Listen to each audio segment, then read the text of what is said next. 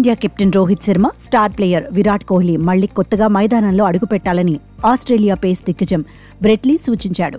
వరుసగా పేలవ ప్రదర్శన చేస్తుంటే వారిపై ఒత్తిడి పెరుగుతుందని, ఇప్పుడు విరాట్, రోహిత్ పరిస్థితి కూడా అలాగే ఉందనుకుంటున్నానని అన్నాడు. ఈ ఇద్దరూ తమ ఆటను సమీక్షించుకోవాలని సూచించాడు. మిగతా వాళ్లకంటే ప్రాథమిక అంశాలపై మంచి పట్టున్న ఈ ఇద్దరు ప్లేయర్లు ఛాంపియన్ ఆటగాళ్లని ప్రశంసించాడు.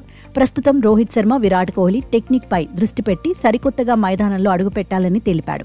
ఎందుకంటే కొత్త బంతితో ఆసీస్ పేసర్లు ఖచ్చితంగా సవాలు విసురుతారని బ్రెట్ లీ పేర్కొన్నాడు. ఈ ఇద్దరు ఎందుకు విఫలమవుతున్నారో చెప్పడం కష్టమేనని అన్నాడు. రోహిత్ శర్మ ఎక్కువగా పేసర్లకే వికెట్లు సమర్పించుకున్నాడని గుర్తు చేశాడు. గత దశాబ్ద కాలంగా అతని ఆట చూస్తున్నాను కాబట్టి టెక్నిక్లో లోపం ఉందనుకోనని బ్రెట్ లీ చెప్పాడు.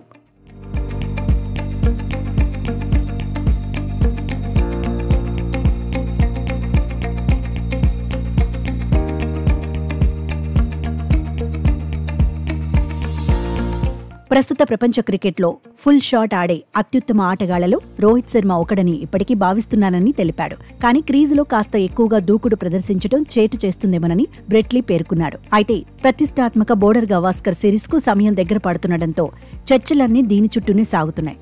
సొంత గడ్డపై న్యూజిలాండ్తో సిరీస్లో టీమిండియా వైట్ వాష్ నేపథ్యంలో కెప్టెన్ రోహిత్ శర్మ, విరాట్ కోహ్లీ ఆసీస్లో ఎలాంటి ప్రదర్శన చేస్తారోననే ఆసక్తి నెలకొంది. ఈ క్రమంలోనే వీళ్లు గత ప్రదర్శనలను మర్చిపోయి మళ్లీ కొత్తగా మైదానంలో అడుగుపెట్టాలని బ్రెట్ లీ సూచించాడు. ఈ ఇద్దరూ తమ ఆటను సమీక్షించుకోవాల్సిన అవసరం ఉందని తెలిపాడు. ఇక ఈ ఏడాది 11 టెస్టుల్లో 29.40 సగటుతో రోహిత్ 588 పరుగులు చేయగా, కోహ్లీ 6 టెస్టుల్లో 22.72 సగటుతో 250 పరుగులు సాధించాడు.